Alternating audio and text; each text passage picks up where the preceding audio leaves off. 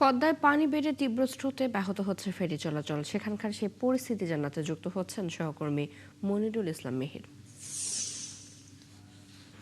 মিহির, বর্তমানে কয়টি ঘাট দিয়ে যাত্রী পারাপার করা হচ্ছে, সমস্যা সমাধানের বিষয়ে সংশ্লিষ্টরা কি বলছেন, সব মিলিয়ে জানবো।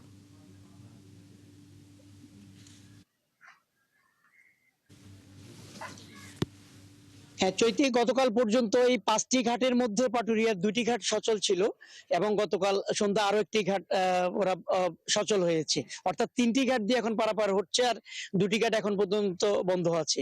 এবং কর্তৃপক্ষ যেমনটি বলছে যে আসলে এই যে পদ্মায় প্রবল স্রোতের কারণে পানি বাড়ছে, পানি বাড়ার কারণে যে ঘাটগুলি নিচের স্তরে ছিল সেগুলিকে উপরের স্তরে উঠিয়ে তারা ৪ নম্বর ঘাটটা সচল করেছে।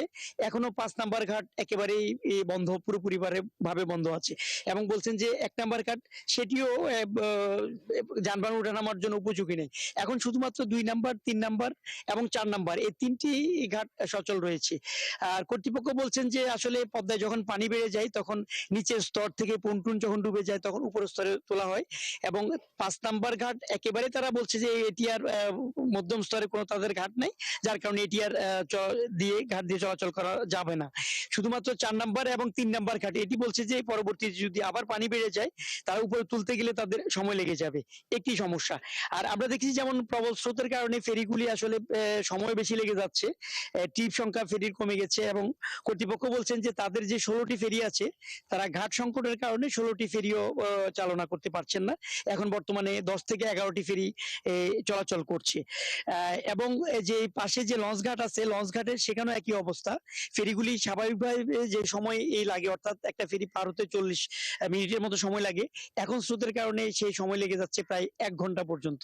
অর্থাৎ এই কারণে এই ঘাট এলাকায় যানবাহনের সারি পড়ে যাচ্ছে, যারা যাত্রী আছেন তারা একটা দুর্ভোগে পড়ে যাচ্ছেন এবং কর্তৃপক্ষ বলছেন তারা তাদের সাধ্যমতো চেষ্টা করছেন, কিন্তু বৈরী যে আবহাওয়া এবং যে প্রাকৃতিক যে বিষয় এটি তাদের হাতে নাই। তারা বলছেন যে সেক্ষেত্রে যদি প্রাকৃতিক এখানে ব্যবস্থাপনা যদি ভালো থাকে তাহলে হয়তো তারা ভালোভাবে ফেরি পরিচালনা করতে পারবেন এবং তারা বলছেন যে তারা এখন পর্যন্ত ঘাটগুলিকে সচল রেখেছেন, কিন্তু পানি যদি আরো বেড়ে যায় সেক্ষেত্রে যে ৩ নাম্বার বা ৪ নাম্বার ঘাট এই ঘাটগুলি কিন্তু হয়তো সচল থাকবে না। সেই ক্ষেত্রে তাদেরকে বিকল্পভাবে কোনো ব্যবস্থা গ্রহণ করতে হবে। তবে যাত্রী যারা দুর্ভোগে আছেন তারা বলছেন যে আসলে তারা বরাবরই এখানে দুর্ভোগে থাকেন, তারা চান যে এখানে একটি সেতু, দ্বিতীয় পদ্মা সেতুটি যদি নির্মাণ হয় তাহলে হয়তো এই তাদের যে দুর্ভোগটা আছে সেই দুর্ভোগটা লাঘব হবে। অর্থাৎ এখানকার মানুষের দাবি আছে দ্বিতীয় পদ্মা সেতুটি চালনা করার যে জন্য। মিহির, শুনছিলাম আমরা আপনার কাছ থেকে। ধন্যবাদ, আপনি আছেন সেখানে।